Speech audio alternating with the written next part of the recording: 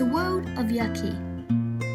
The Narbonne streets were packed with earnest students precariously balancing their books for the first semester in front of the Grand Library. They all yearned to bring pride to both themselves and their families. Whirs of cables, incoherent mumbling, and the common street sounds filled the air. The capital city was alight with a sense of excitement. For Kazami, unlike the expected sense of nervous enthusiasm across Pasirans, she felt dread at being held captive inside of the school. Kazami had always enjoyed having freedom and was an exceptionally rebellious child. Growing up in a poor family, she always wanted to find something new and exciting while neglecting studying. While growing up, Kazami began noticing that her parents were constantly in sorrow and disappointment, scarcely leaving the house in shame. From that point onwards, Kazami made a vow to herself that she would do all that she could to never disappoint her parents again. Unlike your average Basiran, Kazami always struggled through her coursework. With an unwavering determination and casting away all her other habits, Kazami began to succeed in the classroom. She gradually climbed higher and higher academically, persevering through every challenge with the reward of seeing her parents' proud faces every day. When the first stage of schooling was completed, Kazami was shocked to learn that she had been invited to the most prestigious school in the nation, inside of the Great Library. Despite her parents being ecstatic at her great accomplishment, Kazami, standing at the stairs of the Great Library, clutching her new books, couldn't help but feel empty and wishing to be free with a glider soaring above the rooftop.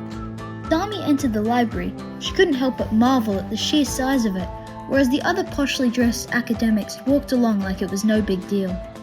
Her professor greeted all the students and then commenced the lesson, explaining very complex science to the intelligent students. Although Kazami paid close attention to the topic and had a grasp on the concept for the first half of the lesson, in the second half her mind began wandering and dreaming about the busy market.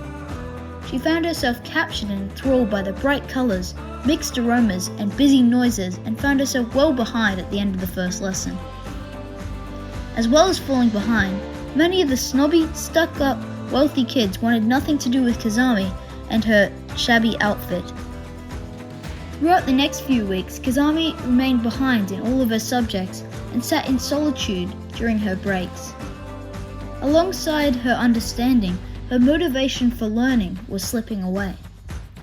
Eventually, a similarly lonely student named Bellari sat next to Kazami at break, and the two discussed the largely heightened difficulty of the current topics compared to the old ones. The two quickly became friends and talked about their passions and dreams, Bellari wanting to be a profound astronomer and Kazami wanting to be a food merchant. After a few more weeks, Kazami completely lacked the knowledge and drive to understand anything that was being taught, and only came to class to hang out with Bellari. At the end of the first term, Kazami received a letter telling her that she'd been expelled.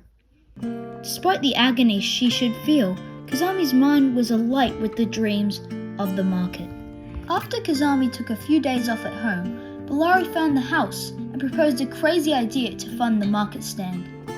Bellari was the son of Hazaka, the revolutionary who showed the true potential of the crystals found in Narbonne trees.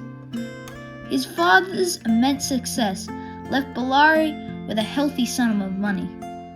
Since Kazami had been expelled, her parents were permanently in the state of shame and sorrow. After some careful planning and brashly purchasing the first marketplace available, the two began work on experimenting to find delicious food. Originally, the two had no talent in finding pleasing combinations of food, but Kazami's solid determination returned stronger than ever, as she was extremely passionate about her cooking and stall. While Bellari was still at school, Kazami opened the first day of business. It was extremely disheartening at first, as there were no customers interested in Kazami's quiet new shop. At about midday, a really young child wandered up to the stall and snatched some food from it. Kazami felt completely and utterly disappointed in herself for letting down her parents and failing her dream.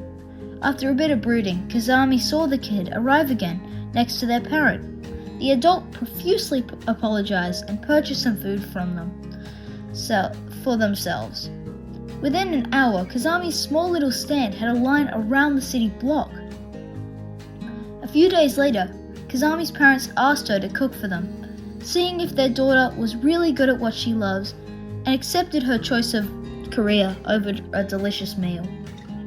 Nowadays, Kazami's stall is the most popular place for food in all of Nabasira, and every dish is cooked with love.